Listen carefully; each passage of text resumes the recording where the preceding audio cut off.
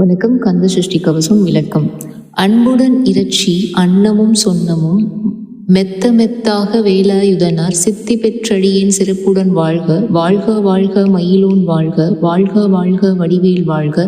வாழ்க வாழ்க மலைகுரு வாழ்க. வாழ்க வாழ்க மலைகுரு மகளுடன் வாழ்க வாழ்க வாரணத்துவசம். வாழ்க வாழ்க என் வறுமைகள் நீங்க.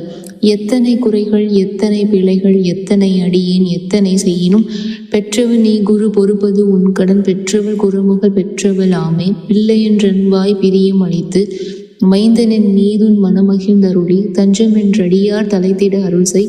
கந்தர் சஷ்டி கவசம் விரும்பிய பாலன் தேவராயன் பகர்ந்ததை காலையிலும் மாலையிலும் கருத்துடனாலும் ஆச்சாரத்துடன் அங்கன் துலக்கி. இந்த பாடல் வரிகளை பாலதேவராயன் சுவாமிகள் முருகனை வாழ்த்தி முழு சரணாகதியோடு இருக்கிறவங்களுக்கு என்ன மாதிரியான பெனிஃபிட்ஸ் இருக்கும் அப்படின்னு சொல்லியிருக்காரு.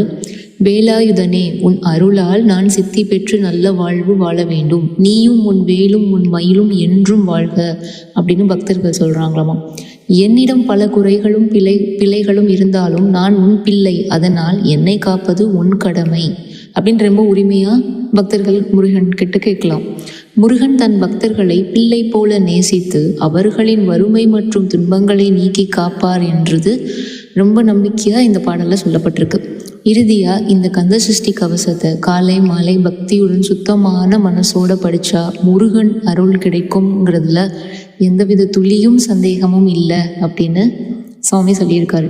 மொத்தத்தில் இது முருகனின் முழு நம்பிக்கையுடன் சரணாகதி செய்து அருள் வேண்ட பக்தியோட வெளிப்பாடு தான் இந்த கந்த சஷ்டி கவசம் பாடல். நன்றி, வணக்கம்.